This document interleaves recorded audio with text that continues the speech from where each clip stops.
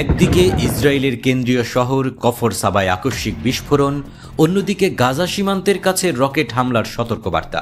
এ যেন নতুন কোনো সংঘাতের ইঙ্গিত। পরিস্থিতি আরও জটিল করে তুলেছে রাফাতে ইসরায়েলি বিমান হামলা, যেখানে প্রাণ হারিয়েছেন অন্তত 2 জন। এই ঘটনা এমন এক সময় ঘটছে যখন গাজা যুদ্ধবিরতির দ্বিতীয় ধাপ নিয়ে আলোচনা কার্যত স্থগিত হয়ে আছে। মিশরের মধ্যস্থতায় যে শান্তি চুক্তির চেষ্টা চলছিল তাও এখন অনিশ্চয়তার মুখে। ফলে প্রশ্ন উঠছে, এই অঞ্চলে কি আবারও বড় ধরনের সংঘর্ষের দিকে এগুচ্ছে পরিস্থিতি? ইসরায়েলে বিস্ফোরণ, দুর্ঘটনা নাকি হামলা?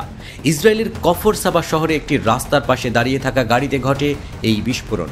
এতে ঘটনাস্থলেই প্রাণ হারান এক ব্যক্তি। ইসরায়েলি পুলিশ ও তদন্তকারীরা এখনও স্পষ্ট করে জানায়নি এটি কোনো সন্ত্রাসী হামলা কিনা। তবে কিছু স্থানীয় গণমাধ্যম দাবি করছে এটি কোনো অপরাধী চক্রের কাজ হতে পারে। আবার কেউ কেউ বলছেন এটি কোনো রাজনৈতিক উদ্দেশ্য প্রণোদিত হামলাও হতে পারে।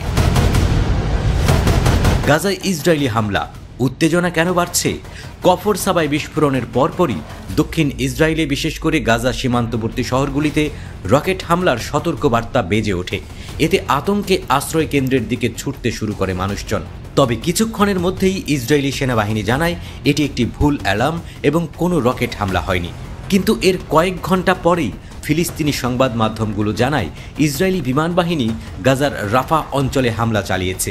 সেখানে 2টি ক্ষেপণাস্ত্র আঘাত হানার পর কমপক্ষে 2 জন নিহত হন এবং কয়েকজন আহত হন।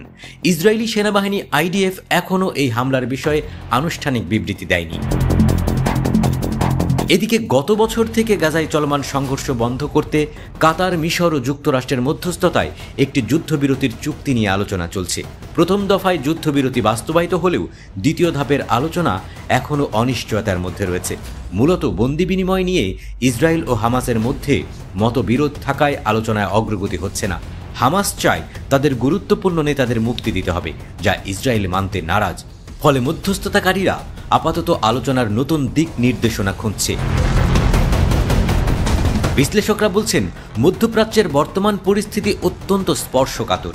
একদিকে ইসরায়েল অভ্যন্তরীণ রাজনৈতিক চাপে আছে, অন্যদিকে হামাসও নিজেদের অবস্থান শক্তিশালী করতে চাইছে। ফলে কোনো পক্ষই আপাতত পিছিয়ে আসতে রাজি নয়।